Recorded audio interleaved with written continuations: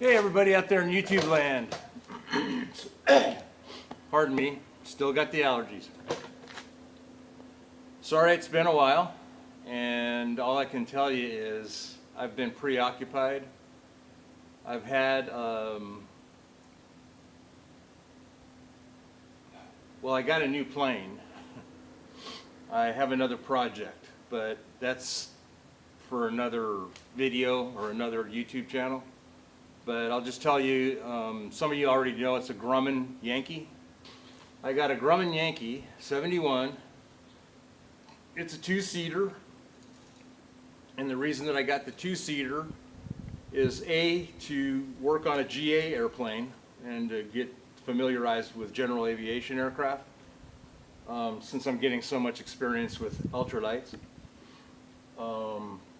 And the other reason is because I was getting razzed. People were asking me, why do you got a single seat ultralight? You have a wife. Yeah, true. So I got razzed about that a few times. So I thought I'd best maybe get a two-seat GA aircraft and then try to get my private pilot's license. So that's what I'm going to shoot for. But at the moment, it is in disrepair. The Grumman is in disrepair. And when I purchased it, it's all complete, but the wings were off and it needs work. So, but I got it for a reasonable price, I think. And so I'm just going to go ahead and dump some more money into it once I get this guy fixed, or I should say this girl fixed and ready to fly. And then once I get her up in the air and get some hours under my butt sitting in this thing, then I'm going to go full hog or whole hog or however you want to say it, to repair and get airworthy my Grumman. Right now it's not airworthy and it was deregistered, so I'm trying to get it re-registered, going through all the FAA bureaucracy. But yeah, I'm sorry. I posted a video yesterday, and for some reason, which I have no clue what it was, because I use a Mac program. It's called, God, what's the name of it? I forgot.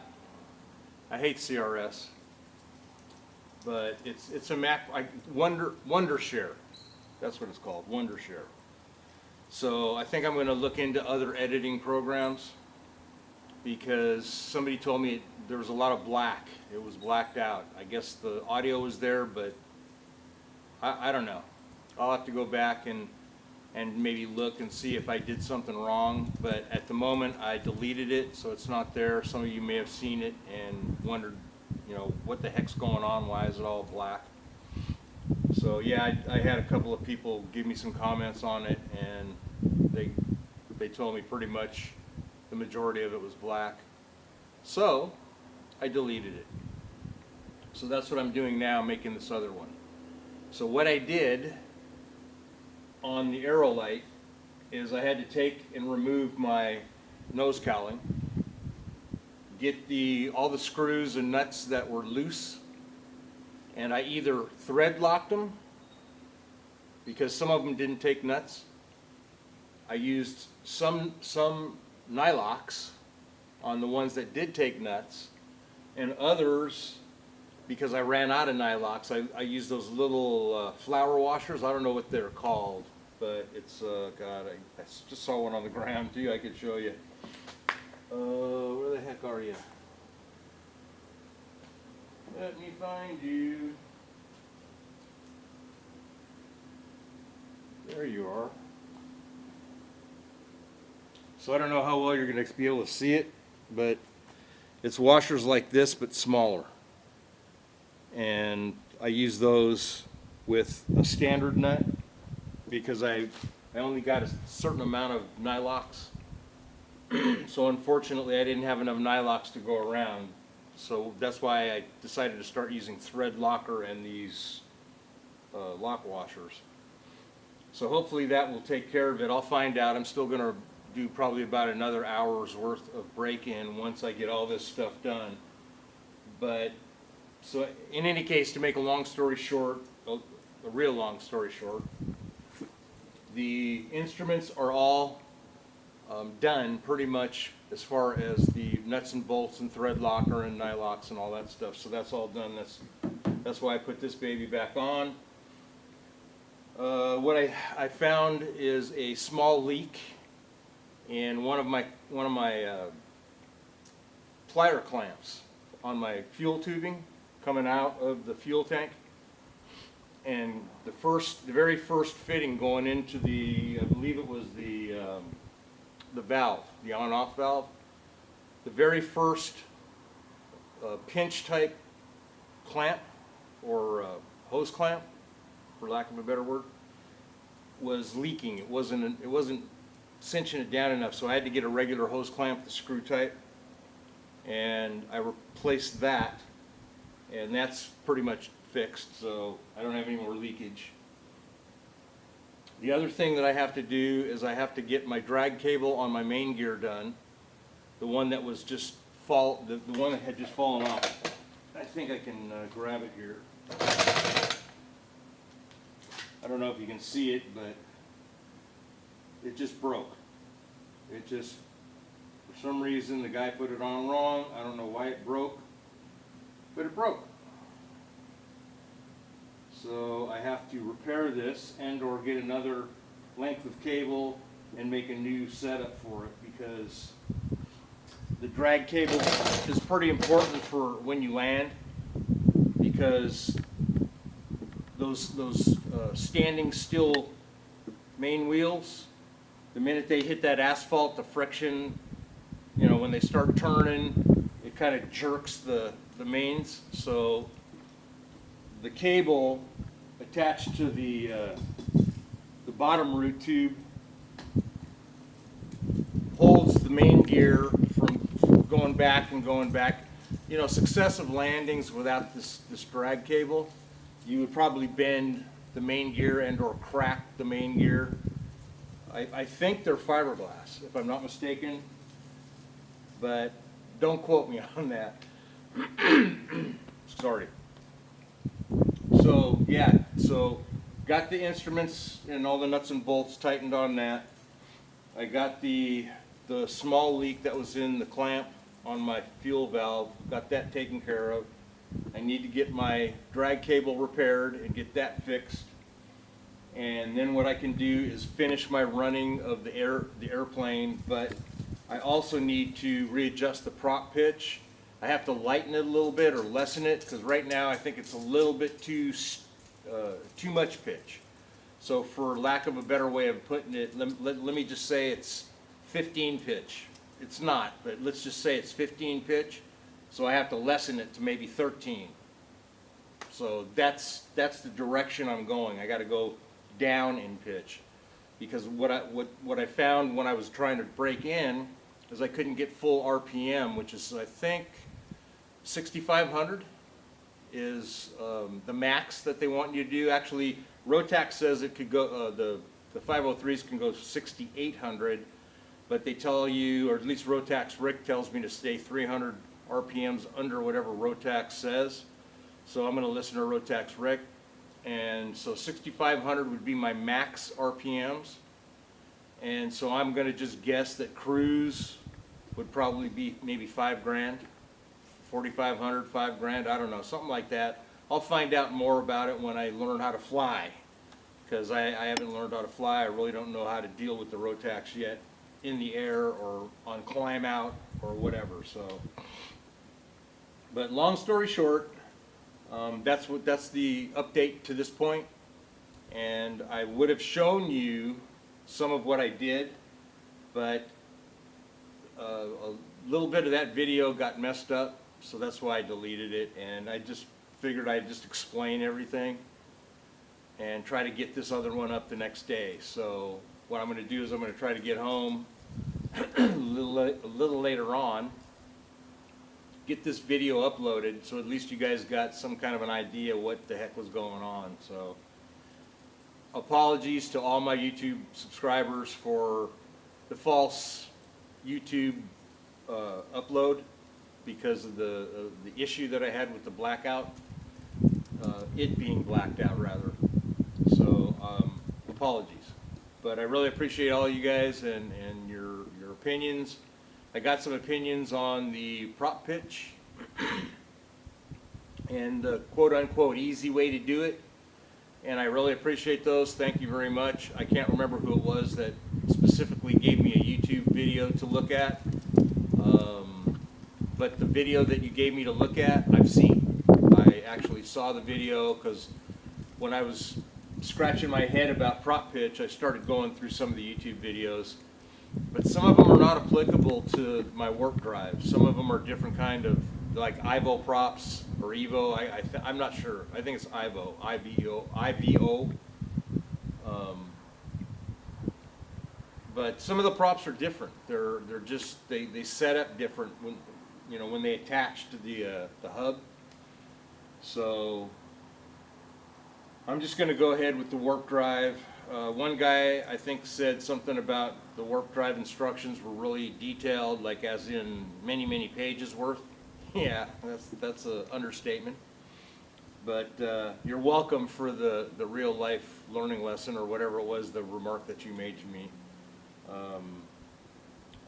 All I can say is I'm not an expert. This is my first ultralight.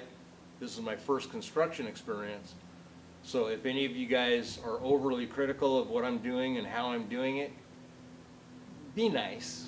I mean, I am totally green. So those of you out there that are green and have never done anything like this before can relate to where I'm coming from. And those of you that have experience, you guys just need to think back about how it was when you guys first started.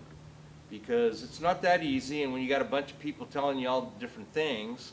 One of my older friends, a guy that's been in aviation for probably 70 years, he told me there's all kinds of people with opinions, but the bottom line is that I have to decide for myself what's right and what's wrong. Now, I'm not saying to not leave opinions, please do. I do look into them, and I do, like the guy with the video. I looked at the video, I saw that it was familiar, and I was able to say, hey, I already saw this one before. But keep sending the comments, keep sending the videos, keep sending whatever it is that you think that you're going to be able to give me advice on or have opinion. Because I really do appreciate the opinions and all the advice. So. But I have to be choosy and carefully pick and choose who I listen to, because, it's like there was, I think in my, when I started the videos, I think I made an initial video about fuel pumps. And one of my subscribers said something about he didn't think that I'd be able to put two electric fuel pumps together because there's no, God, what's the word for it? When the fuel can't back up into the pump. I know there's a word for it. I'll probably remember it, and hopefully I can put it up underneath in the subtitles later on when I'm editing the video. But point being that he said he didn't think that the two fuel pumps would be able to work, and they work fine. Actually, both work fine. Both of them pump up to the motor. Both of them, I get to fire up my motor quick. I'm really glad I put the starter on it, because if I had to use a pull starter, I'd be frustrated and cursing a lot. So all I can do is suggest to you guys, if you're thinking about getting a Rotax 2-stroke, I like the electric starter. It may be overkill for some, but I like it because it makes starting easy. So. But there again, somebody gave me an opinion that they heard or had some experience with the fact that two fuel pumps wouldn't be able to work together. They do. So if you want to work away from the diaphragm pump, which is the pulse pump, that's the one that works on the engine pressures, and it attaches somewhere around the motor. I don't like those. The reason I don't like those is because at our airport we had a guy die one day because he was having engine issues, And the FAA is not done with the investigation, so we really don't know what the cause was. But according to witnesses, he was having engine troubles, and they were hearing him sputter and putter, and I guess he took off from our runway 28, and he had an issue, so he flipped it around real quick. He did a 180-degree turn, and he got it back on the ground, but it was lack of power. There was no power with it, and I'm not sure whether he forgot to throttle back or what, but whatever the issue was with the engine being starved of fuel, it remedied itself after he hit, after he landed and he bounced a couple times. Excuse me. It's the coffee on an empty stomach. And it went full power. And that Rotax 503 drove him right into a pickup truck. And guess whose pickup truck it was? It was his own. It was at the old hangar that I used to be at, and I actually took the man's place because when he passed away a couple of months later, rumor went around that the owner of the hangar needed another partner or renter, so I became a renter. And for a year it worked out really well, but I took the guy who passed away, the one who went west. I took his place. So I don't want to take his place the other way, though. That's why I said no more on the diaphragm type pulse pumps, and I said I'm going electric, fully electric. So I got one electric that I'm going to use all the time, and then I have an electric that'll be there for backup, and they're both running off one switch. I got a double pole, double throw switch, or a single pole, double throw, I think it is. The one where you can, it's neutral in the middle, it's off, and then when you throw it up, it activates one, and then if you throw it back down, it'll cut it off, and then if you throw it down, it'll activate the other one. So I think it's a single pole double throw, but I'm not exactly sure. But in any case, both fuel pumps work. So there again, I say again, I appreciate all the advice, but not everybody knows what they're talking about, including me. So always double check what I tell you. And if I'm doing something that you see wrong, well, give me the comment below. Just go to the comment section and tell me. I'm reading them all, so don't hesitate to say what you got to say. So at this point, I'm going to end the video, and I will just say thanks again for watching. Please subscribe if you're not a subscriber. Hit that, smash that thumbs up button, and let me know that you guys are either liking the videos or give me a thumbs down, and you go to the comment section below and tell me why. And I'll try to do what I can to fix it. But in the meantime, in between time, we're going to let you go. And when I got something else to report, I will come back. So we'll talk to you soon. Bye.